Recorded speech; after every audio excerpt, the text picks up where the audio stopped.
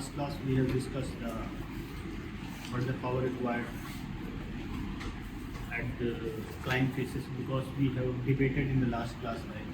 You should see the maximum power at a cruise condition as well as a maximum power at a climb condition, and you should compare both of them. When you search the engine, you always see that whether it is rotary engine or that piston engine. Generally, in old aircraft you will find rotary engine. The power to weight ratio is high for rotary, but there is advantage and disadvantage for both engines. So you select rotary engine or piston engine, okay, and kindly let me know. And since we have completed the flight performance, in flight performance we have completed the cruise part as well as the climb part, and with the common sense we can tell that although the power requirement in descent will not be much, because when you descend you will put your throttle at an ideal condition. But anyhow, since this lecture is all about the flight performance, so you should understand each of the flight phases. You I think very well know the cruise flight, climb flight, and let's discuss the descent. Okay.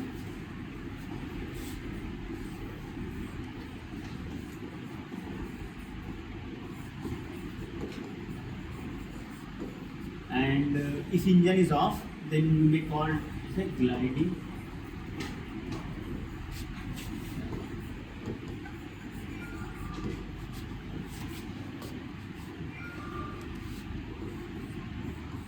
In gliding flight, that there are two terms involved: power flight and power glide. Power glide means you have some power, but the engine you have not off. And in power flight, you put the engine off or ideal condition. Okay. These two flights are similarly the same and all. Descent generally we say, because every time we are decreasing the altitude with that time. In climb, it is aircraft is attaining new altitude which is greater than the previous one, right? So if the altitude is increasing with the time, it's called climbing flight. If the altitude is decreasing with the time, it's called descent flight. Okay, so let's develop the equation of motion. So already I said that you can represent the complete motion of the aircraft using the simple point center of gravity which is moving. Okay, because we have assumed it is rigid body, right? So let's say this is the point, so this is thrust and opposite to this is drag.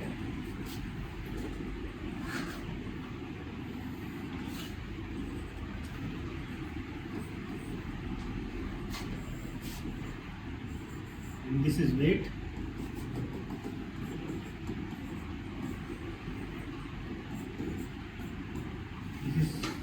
Horizontal line,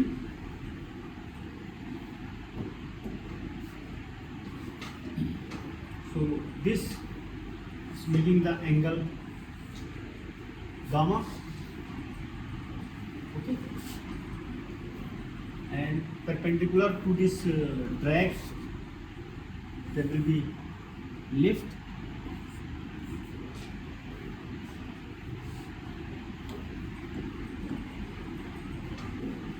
Make it same color. This is lift.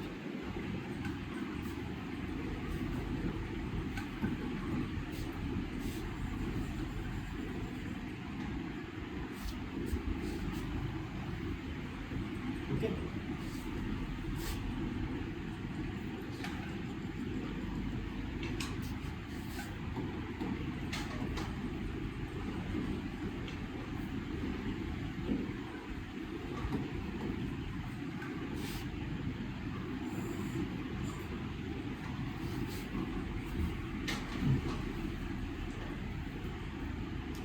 So this also will be the gamma.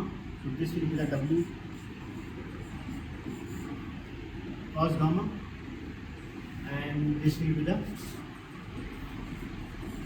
W sin gamma. and since it is the flight is descending, you can put as a gamma d.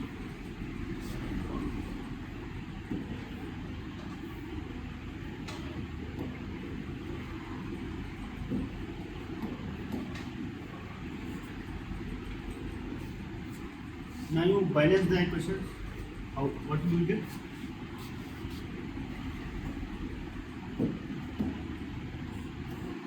T plus W sine gamma d will be the equal to the drag, right? Sine gamma d will be equal to T d minus T divided by W.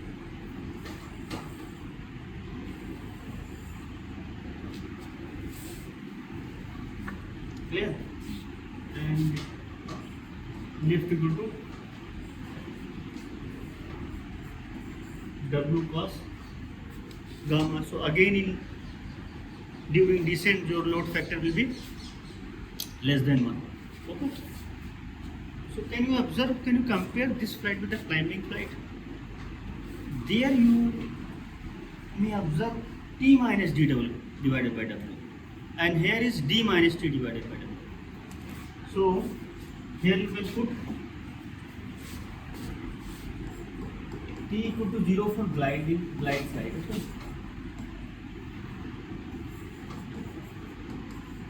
Glide.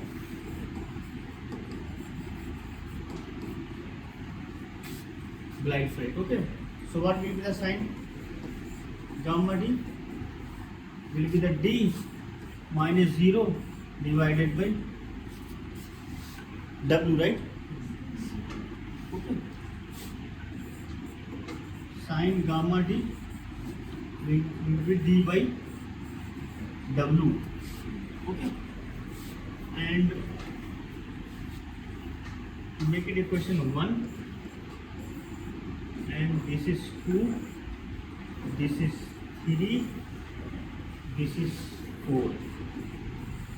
Okay. So you divide equation 4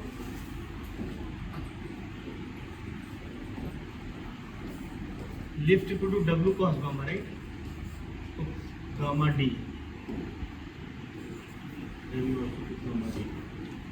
So cos gamma d equal to L by W, right? So you make it equation 5. Okay. So now you divide this equation. Divide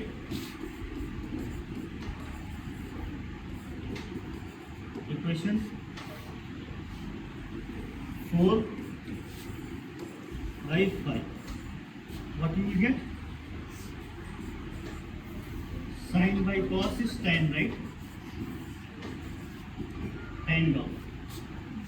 And what you will get? D divided by W, L by W. This will get cancelled, right? So you will write 1 divided by L by D. Okay. So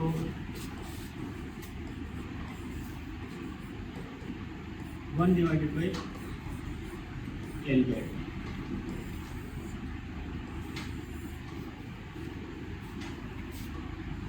Right? 1 divided by L by D. So now, with this expression, you may draw many conclusions here. For example, like this, let's say your initial aircraft was here, and you are planning to descend this point. So you can draw the triangle here. Okay. Let's say H, and this distance you have covered horizontal R. Okay. This total height is H and distance is R. Okay. And you are following a straight line.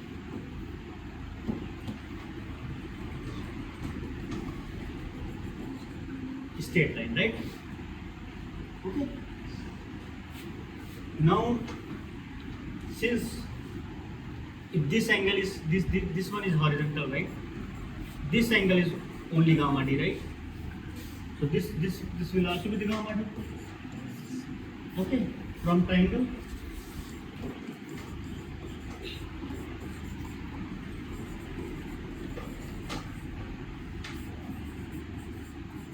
Sign gamma D equal to h by r, simple geometry. Okay, and this is equation 6. Okay, this you make as equation 6, and then this one is 7. Okay, you equate these two equations, what you will get?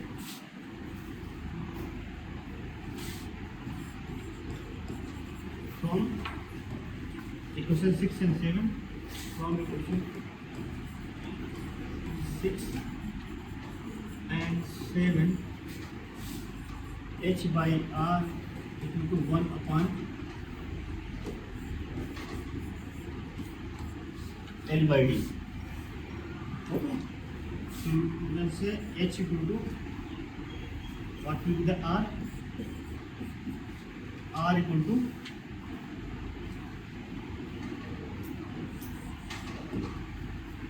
h into L by D.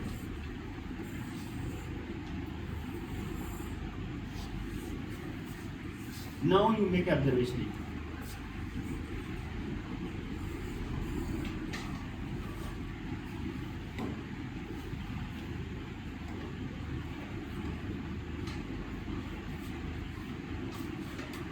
So this typical equation of motion we have derived. And here is a sine gamma d equal to d minus t divided by w. So here I mean to say that gamma d, if you put t equal to 0, d by w 1 upon L by d, later you we have derived, gamma d is a positive. So that means here you have assumed that the angle is positive. It is a positive only, because here I have assumed this gamma d is a positive. So in both the cases I am assuming, see again I am saying I am descending with the gamma d 3 degree. That means it's already below the 3 degree horizontal.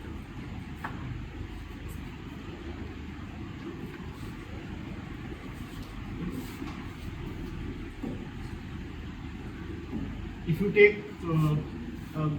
gamma d negative, then you will get the expression of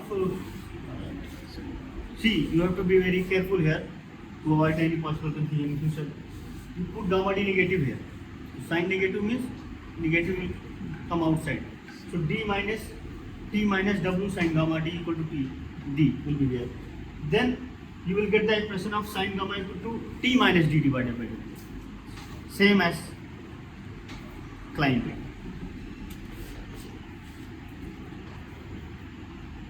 So here when you put t, d, w, then you will get the, for example, let's say you have put 0. So the expression will be minus d by w. Minus d by w, right?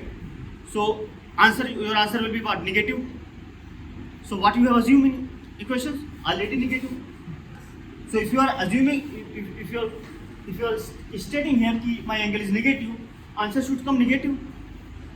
And if you are saying here it is positive, the answer will be some positive only, right? So it is like that. Whatever you are saying here, answer should come in that way. So that is why simply put gamma equal to minus gamma d, you will get, if you put t equal to 0, you will get sin gamma d equal to minus d by w, already negative. So you should not have any confusion between what is positive and what is negative. It has some. Okay. Now you make a close observation here. In your aircraft, we have discussed about aerodynamic efficiency L by D, right? Which in our case we have found out it is approximately 13. Okay, and L by D max, right?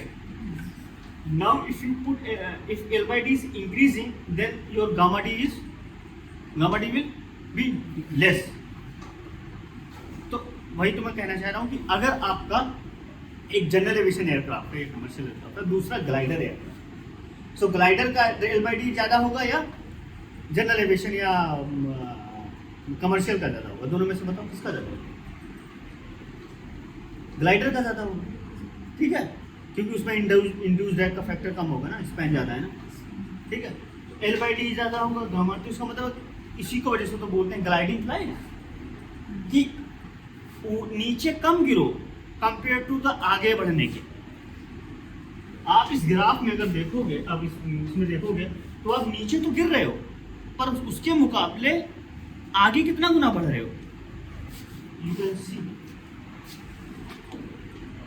If your binding is more then you will have a range more, आप आगे बढ़ोगे, ठीक है। And for example let's say simple thing for our case L by D max was what? 13, right?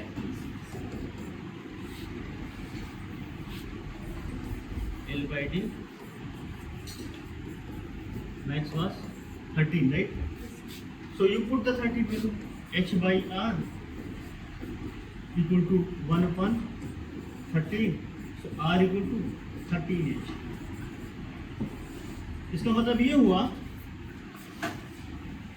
कि आप 1 metre अगर नीचे जाओगे तो 13 मीटर आगे जाओगे, 13 गुना, ठीक है।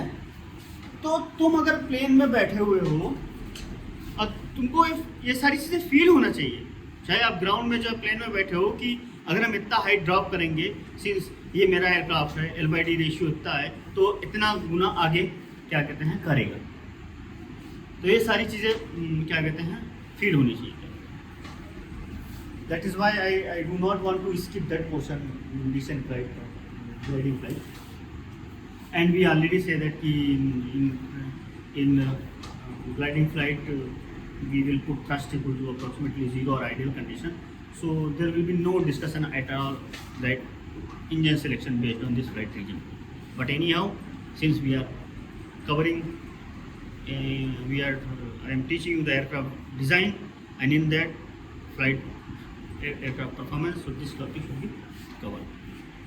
Now you can notice that whatever so far we have covered, climb, cruise, descent, in that case we have, while developing the equation of motion, we have applied the Newton's second law, F equal to ma. There the F is external force and A is constant only, right? Zero, velocity is constant, that means S3, right? A is 0 everywhere, right? So that is why in every flight I have told, I've said that S3 is straight level flight, S3 climb flight, S3 descent flight, or S3 glide flight. No acceleration involved, right?